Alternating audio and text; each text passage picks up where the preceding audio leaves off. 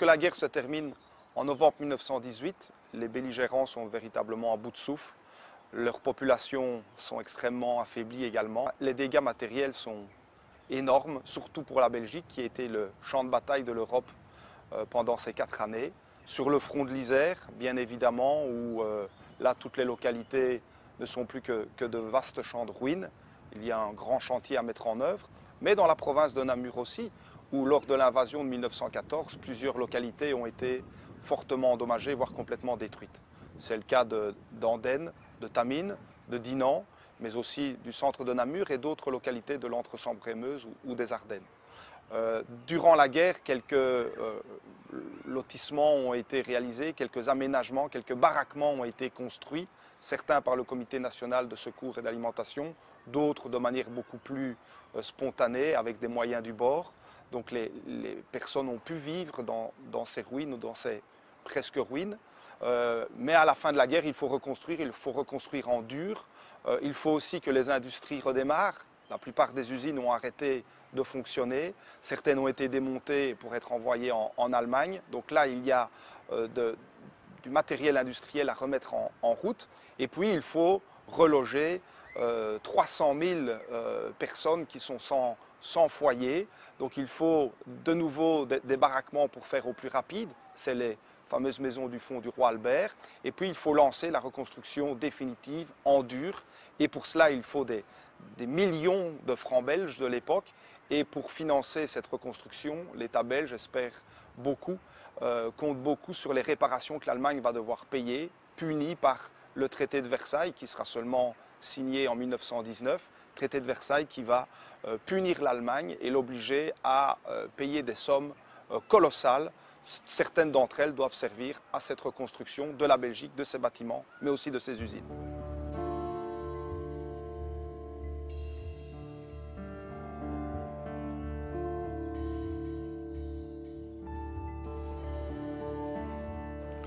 À la fin de la guerre, le bilan humain est effroyable. On compte 20 millions de victimes sur l'ensemble du continent, à la fois des civils et des militaires.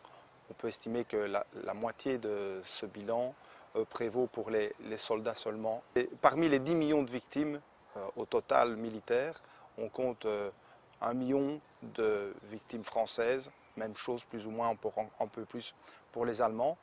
Et par rapport à cela, il y a 42 000 soldats belges morts suite au combat, ce qui est évidemment relativement peu. La faiblesse relative des victimes belges par rapport à l'ensemble des morts militaires des autres nations s'explique par la faible participation des soldats belges aux grandes offensives meurtrières de l'ensemble de la guerre. Le roi Albert, qui n'a pas à sa disposition des troupes extensible, doit limiter les pertes et donc refuse de participer à ces offensives, sauf à la dernière, la grande offensive libératrice de l'automne 1918. Ces soldats belges vont être pour la plupart enterrés, en tout cas à 50%, tout près des lieux des combats, sur le front de l'Isère, mais ailleurs aussi en Belgique.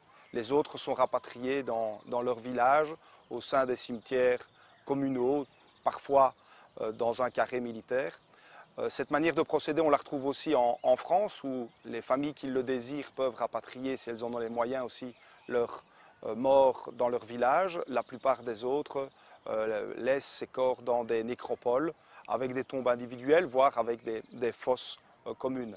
Par contre, en Grande-Bretagne, c'est totalement différent. Là, les soldats sont inhumés sur les lieux des combats, pas du tout rapatriés. C'est le même cas en Allemagne. Donc en province de Namur, on trouve plusieurs nécropoles de nationalités différentes. On a évidemment les cimetières belges à Marchauvelette et à Belgrade. On a également des grandes nécropoles françaises du côté de Auvelais, du côté de La Motte, entre la province de Namur et la province du Hainaut. Ici à Dinan, également un cimetière français. Il reste aussi des vestiges de cimetières allemands qui ont été complètement démantelés après la Première Guerre mondiale.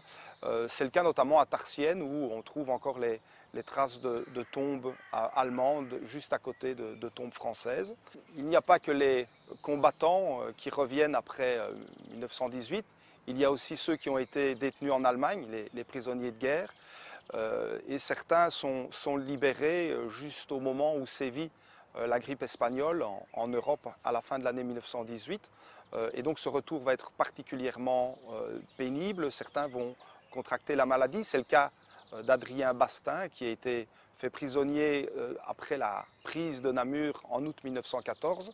Il est prisonnier en Allemagne jusqu'à la fin de la guerre et en octobre, quelques semaines avant la libération, il est atteint de la grippe espagnole et en meurt.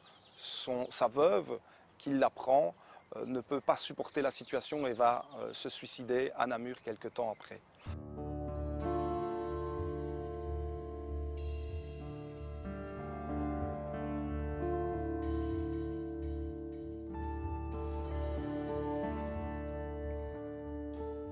Les combattants qui ont perdu la vie entre 14 et 18 deviennent les héros de la nation et les cimetières militaires sont un peu les lieux qui sont dédiés à ces héros de la nation. À côté de ça, il y a eu vraiment aussi beaucoup de victimes civiles, notamment pendant l'invasion de 1914. Et il y a donc d'autres lieux de repos pour elles, assez peu spécialisés. On n'a pas de nécropoles à part, comme pour les victimes militaires. Et ici, les victimes civiles sont inhumées, parfois dans des lieux plus communs, comme les cimetières communaux. C'est le cas ici à l'EF, et c'est le nombre, évidemment, et la référence à la date des tragédies en août 1914 qui en font des lieux un peu particuliers, un peu spéciaux. Sinon, ce sont des cimetières comme la plupart des autres que nous connaissons en Wallonie ou en Belgique. Et donc, voilà, tout ici, c'est la fosse commune, les fosses communes des victimes d'août 1914. Alors, il y a des pierres tombales, mais qui n'évoquent pas la présence de corps absolument juste à cet endroit-là. Ce sont des pierres tombales qui sont distribuées un peu au hasard. C'est un lieu très particulier, donc la localité de l'Ef près de Dinan a perdu plus de 250 personnes, essentiellement des hommes, essentiellement des ouvriers de l'usine textile. Et ces hommes ont été ensevelis un petit peu partout lors des journées tragiques. Et puis, après quelques jours, pour des raisons évidemment d'hygiène, on les a exhumés de leur premier endroit de sépulture pour les rassembler ici. Donc, pour les familles qui ont des morts dans ces endroits-ci, c'est particulièrement difficile à vivre sur le plan du deuil, puisque ces familles ne disposent pas de lieu bien à elles pour se recueillir devant leur mort. Elles doivent le faire dans un endroit où d'autres dépouilles sont rassemblées, ne sachant pas si elles se trouvent devant la dépouille de leurs parents ou si c'est de quelqu'un d'autre, ce qui rend le deuil plus pénible encore. Avec un des épitaphes les plus durs, extrêmement rares, on n'en voit pratiquement jamais ailleurs.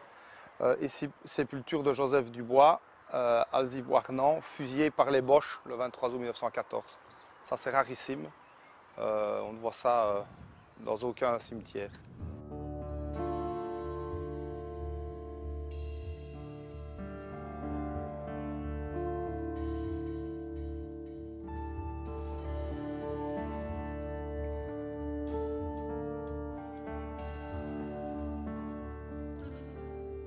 Le souvenir des événements de la guerre 14-18 est un peu ambigu au point de départ. C'est-à-dire qu'on rend hommage aux disparus, aux victimes, à ceux qui ont combattu pour qu'on soit sauvé ou que la liberté soit sauvegardée. Mais il y a aussi dans certaines contrées, dans certaines localités, une volonté d'accuser, d'être plus agressif, plus offensif vis-à-vis des responsables de ces pertes, de ces disparitions, responsables qui sont identifiés de façon parfois implicites, mais parfois de façon beaucoup plus explicite aussi, qui sont identifiés, qui sont bien entendu les Allemands. On retrouve ainsi dans les localités martyrs d'août 14 des monuments qui vont être plus plus incisif vis-à-vis de ces événements. On peut en voir un exemple ici à Andenne, où la partie qui est consacrée aux combattants, où on voit des combattants qui sont offensifs, ce qui est assez rare sur la plupart des autres monuments en Belgique ou en Wallonie. On a plutôt des sentinelles dans une attitude défensive. Ici, on les voit à l'offensive.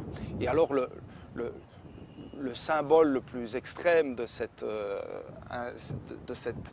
accusation, c'est bien entendu le monument qui va être élevé en 1936 à Dinan, Furore Teutonico, donc une inscription qui accuse l'Allemagne d'être une fureur, d'avoir été barbare, d'avoir agi de manière barbare, et ce monument va poser un certain nombre de problèmes diplomatiques à la Belgique. Donc dès la fin de la guerre, le souvenir des événements de la guerre est vivace parmi la population, et directement il y a une volonté de célébrer cette fin de guerre, mais aussi de rester accroché aux souvenirs de ceux qui sont partis, aussi bien les combattants que les victimes civiles. Et on va voir fleurir dans toutes les communes de Belgique, tous les villages, des plaques commémoratives et puis des monuments un peu plus importants. Et les communautés tentent de récolter de l'argent pour bâtir ces mémoriaux qui doivent entretenir la mémoire. Alors il y a évidemment dans toutes les localités de la province de Namur des monuments. Alors il y en a un qui est un peu particulier par sa précocité, c'est le monument de Tons-Sanson, donc tout près d'Andenne, qui va être inauguré dès le 31 mai 1919, donc quelques mois après la fin de la guerre, un moment où on en est encore à rétablir les activités dans la Belgique. C'est un monument qui est simple, c'est un obélisque qui a pu être rapidement confectionné dans les carrières du coin. C'est un avantage de la situation. Déjà pendant la guerre, on commence à sculpter les blocs. Alors tous les symboles nationaux sont là. Il y a le lion belge dont le regard est pointé vers l'Allemagne en guise de défi, voire de victoire. Il y a les symboles de la Belgique, le couple royal, dessiné de façon un petit peu maladroite. On sent un petit peu l'aspect un peu rudimentaire du travail du sculpteur. Et puis, élément intéressant, chaque face de l'obélisque est illustrée des noms des victimes, de toutes les victimes de toutes les catégories, c'est-à-dire des combattants morts au front, sur le champ de bataille, mais aussi les déportés économiques de 1916 dont certains ne sont pas revenus. C'est le cas de 2 noms ici sur le monument. On n'oublie pas non plus les martyrs de l'invasion, avec notamment l'abbé Gaspard qui était préfet de discipline au collège de Bellevue et qui a été fusillé à Suris en août 1914. Donc toutes les mémoires sont réunies ici. Ça n'est pas un élément classique, on le voit par ailleurs dans le pays. L'hommage est quand même essentiellement rendu aux combattants et très peu souvent aux victimes civiles qui sont parfois un peu oubliées. Donc après la guerre, il n'y a pas que les disparus ou les familles qui comptent des veuves et des orphelins. Il y a aussi des hommes, voire des femmes, qui gardent dans leur corps les traces des événements, des invalides, des mutilés. Mais la Belgique, très tôt, déjà pendant la guerre, va développer un certain nombre d'institutions pour tenter d'aider ces personnes, de développer des méthodes de réapprentissage, de les rendre utiles aussi dans l'effort de guerre. Et donc on a là des activités qui permettent à ces personnes invalides de s'en sortir, peut-être davantage, mais les traces restent importantes. D'autre part, la Belgique de l'après-guerre va être aussi divisée entre ceux qui sont partis pendant les événements et ceux qui sont restés. Ceux qui sont restés vont toujours un peu considérer que ceux qui ont choisi l'exil ont eu la vie facile, ce qui n'a pas clairement été le cas pour tous, loin de là. Ceux qui ont été internés aux Pays-Bas, ceux qui ont été occupés en Grande-Bretagne, mis au travail et pas très bien considérés, surtout au fur et à mesure de la guerre, ou en France non plus. Donc les souvenirs de chacun restent douloureux à propos de ces événements, et il faudra encore des générations et des générations pour qu'il y ait une compréhension entre chacun chaque famille va aussi vivre ses propres souvenirs de la guerre et les événements de commémoration entre 2014 et 2018 ont parfois pu aider ces familles à livrer des souvenirs, livrer des documents, livrer des histoires de famille et à chacun sans doute de permettre de vivre un peu plus facilement avec son propre passé et le communiquer aux autres pour faire en sorte que l'ensemble de la société en soit nourri.